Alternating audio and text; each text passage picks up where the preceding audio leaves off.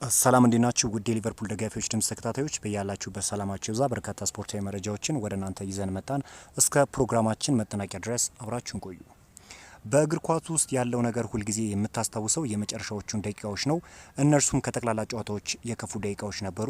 ትንሽ ተረጋግቼ ያንን ከትውስታዬ ማጥፋት ከቻልኩኝ በእንቅስቃሴያችን ውስጥ ብዙ የሚወደድ ነገር እዚህ ብዙ ጊዜ ቆም ያለውና አፈጻጸማችን በጣም ወድጀዋለሁ፣ ነገር ግን ሶስቶቹ ነጥቦችን ማግኘት አልቻልንም ነበረ ብለዋል አርነ ስሎት። እንግዲህ በተለይም ቶተንሃም ሆትስፐርን ካሸነፉበት ጨዋታ በኋላ ያው ፈታኝ ጨዋታ ቢሆንም ነገር ግን 3 ነጥብን ማግኘት ያለውን ጥቅም ነው አርነ ስሎት የተናገሩት። ከዚህ በኋላም እንግዲህ ክለቡ በርትቶ መስራት የሚችል ከሆነ ጨዋታዎችን ማሸነፍ ይችላል። ማሸነፍ የሚችል ከሆነ ፖይንት መሰብሰብ የሚችል ከሆነ ደግሞ በቀላሉ ቶፕ 4 ውስጥ ይገባል ተብሎ ይጠበቃል። የተሻለውን ክለብ በሚቀጥሉት ጊዜያት እናያለን ብለን እንጠብቃለን። ትንሽ እንግዲህ አንዳንድ ጉዳቶች በተለይም የአሌክሳንደር ኢዛክ ጉዳት ነው አሳሳቢው እና እሱ ወደ ቡድኑ የሚመለስ ከሆነ የተሻለ ነገር እንመለከታለን ተብሎ ይታሰባል። ዣቪ ሲሞንስ እንግዲህ ጨዋታው ካለቀ በኋላ ወዲያውኑ በኢንስታግራም ገጹ ቨርጂል ቫንዳይክን ይቅርታ እንደጠየቀ ነው የተገለጸውና ሊቨርፑሎች አሁን በሚመጡት ጨዋታዎች የተሻለ ነገርን ያሳዩናል ተብሎ ይጠበቃል። በጥር የዝውውር መስኮት እንግዲህ ሊቨርፑሎች አንቶኒዮ ሴሜኖ እንዲሁም ደግሞ ማርክ ገሂንና አንድ የመሀል ተከላካይ የማስፈረም ሀሳብ እንዳላቸው ነው እየተገለጸ የሚገኘው።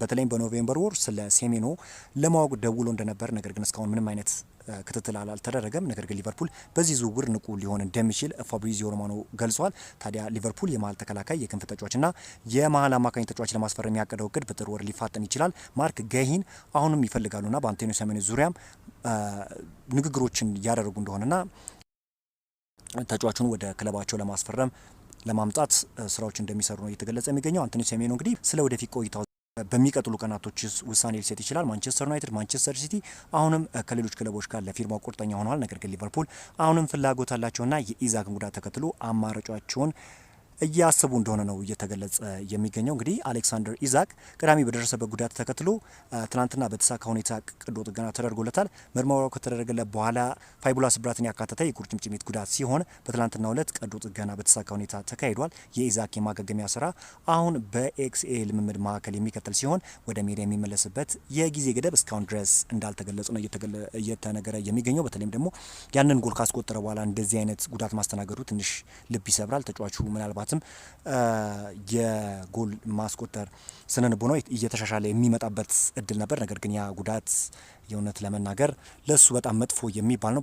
የተጫዋች እንግዲህ ለበርካታ ሳምንታት ከሜዳ ይርቃል ተብሎም ይጠበቃል። አርነ ስሎት ስለ ሁጎ ኤኪቲኬ እንዲህ ሲሉ ተናግሯል። ፈጣን ነው፣ ጎል ማስቆጠር ይችላል፣ ድሪብል ማድረግ ይችላል። አሁን ከፕሪሚየር ሊግ ጋር እየተላመደ ነው ብዬ አስባለሁና አካላዊ ብቃቱንም ለመገንባት በጣም ጠንክሮ እየሰራ ነው ብሏል። እንግዲህ ሁጎ ኤኪቲኬ ወደ ሊቨርፑል ከተቀላቀለበት ጊዜ አንስቶ ሊጉን ለመላመድ እንዲሁም ብዙም ያልተቸገሩ ወይም ብዙም ኤክስፔክቴሽን ስላልነበረም ነው መሰለኝ ጥሩ ነገርን ማሳየት የቻለ ተጫዋች እንደሆነ ይታወቃልና የፈረንሳዊ ተጫዋች በሚቀጥሉት ጊዜያትም የተሻለ ነገር ለሊቨርፑል ይስጣል ተብሎ ነው የሚጠበቀው። ሆኖም ግን ይሄ ተጫዋች አቅም ያለው ተጫዋች እንደሆነ በሚገባ በሊቨርፑል ቤት ማሳየት ችሏል እና ይህንን ዜና በማጠናከርበት ወቅት እንግዲህ አንድ መረጃ ደርሶኛል። የኢዛክ ጉዳት ምናልባት ከ2 ወይም 3 ወር ሊሆን ይችላል እና ከ2 ወይም 3 ወር በላይ ከሜዳ ሊያርቀው እንደሚችል እየተገለጸ የሚገኘው የዚህ ተጫዋች ጉዳት በራሱ ሊቨርፑል ላይ የራሱ ኢምፓክት ሊኖር ይችላል። ግን በሱ ቦታ ሁጎ ኤኪቲኬ የተሻለ ነገርን ያሳየናል ተብሎ ይጠበቃል። ሊቨርፑል እንግዲህ ከሴልታ ቪጎ ኦስካር ሜንጌዛን የቅድመ ውል ስምምነት ለማፈራረም ፍላጎት እንዳላቸው ተነግሯል። የተከላካዩ ውል በውድድር ዘመኑ መጨረሻም ያበቃል ተብሎም ይጠበቃል። እንግዲህ ሊቨርፑል አሁን በተከላካይ ስፍራና በመሀል ስፍራ እንዲሁም በክንፍ መስመር ቦታ ላይ ተጫዋች የማስፈረም ፍላጎት እንዳላቸው እየተገለጸ ይገኛል። እርግጠኛ መሆን የምንችልበት ነገር ግን ሊቨርፑሎች በዚህ የጥር የዝውውር መስኮት እስከ 2 ወይም እስከ 3 ተጫዋቾችን የማስፈረም ሀሳብ እንዳላቸው ነው። ይህንን ደግሞ ፋብሪዚዮ ሮማኖ ነው ያሳወቀው። በተለይም አሁን ሊቨርፑል በክንፍ መስመር ቦታ ላይ ድሪብል ማድረግ የሚችል ተጫዋቾችን ማለፍ የሚችል የጎል ዕድልን እንዲሁም የሚፈጥር ተጫዋች፣ ጎል ማስቆጠር የሚችልም ተጫዋች ያስፈልገዋል እና ሊቨርፑሎች እንዳጠቃላይ የመዋሃድ ችግር እንዳለባቸው ይታወቃል። በተለይ አዳዲስ ተጫዋች ክለቡን መቀላቀላቸውን ተከትሎ የመዋሃድ ችግር ተመልክተናል እና ይህንን ችግር በሚገባ መፍታት እንዳለባቸው ሁሉም ሰው ማስተዋል ይችላል እና አሁን እንግዲህ የአሌክሳንደር ኢዛክ ጉዳት በራሱ የራሱ ኢምፓክት ቢኖረውም ነገር ግን አሁን እንግዲህ የጃንዋሪ ትራንስፈር መቃረቡን ተከትሎ በርካታ ተጫዋቾችን ለማስፈረም ሙከራ ያደርጋሉ ተብሎ ነው የሚጠበቀው። በተለይም ደግሞ የማርክ ገሂን ሁኔታ በሚገባ ይከታተላሉ። በክረምቱ የዝውውር መስኮት እንግዲህ ሊቨርፑልን ለመቀላቀል ከጫፍ ደርሶ እንደነበረ ይታወቃል። በመጨረሻ ሰዓት ነው እንግዲህ ዝውውሩ የከሸፈውና አሁን ሊቨርፑሎች ይህንን ዝውውር በሚገባ ለመከታተል ሀሳብ እንዳላቸው ነው እየተገለጸ የሚገኘው።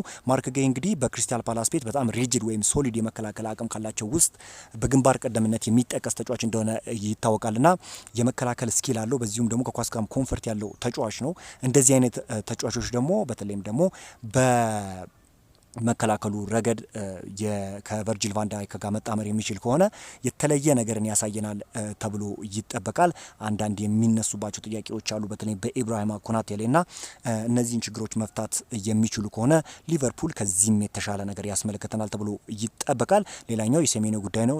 ሴሜኖን እንግዲህ በርካታ ክለቦች ይፈልጉታል። ማንቸስተር ዩናይትድ፣ ማንቸስተር ሲቲ፣ ቼልሲ እና ደግሞ ሊቨርፑል ራሱ ከፍተኛ የሆነ ፍላጎት በተጫዋቹ ላይ አሳይቷል። ነገር ግን አሁን እነዚህ ክለቦችን በምንመለከት በት ጊዜ በማጥቃቱ ረገድ ይሄን ያህል የሚቸገሩ አይነት ክለቦች አይደሉምና አንቶኒ ሴሜኖን ለማስፈረም ሊቨርፑሎች ከፍተኛ እድል ይኖራቸዋል ተብሎ ነው የሚጠበቀው። በዛሬው ዕለት እንግዲህ ሊቨርፑልን የተመለከቱ ስፖርታዊ መረጃዎች ይህን ይመስላሉ።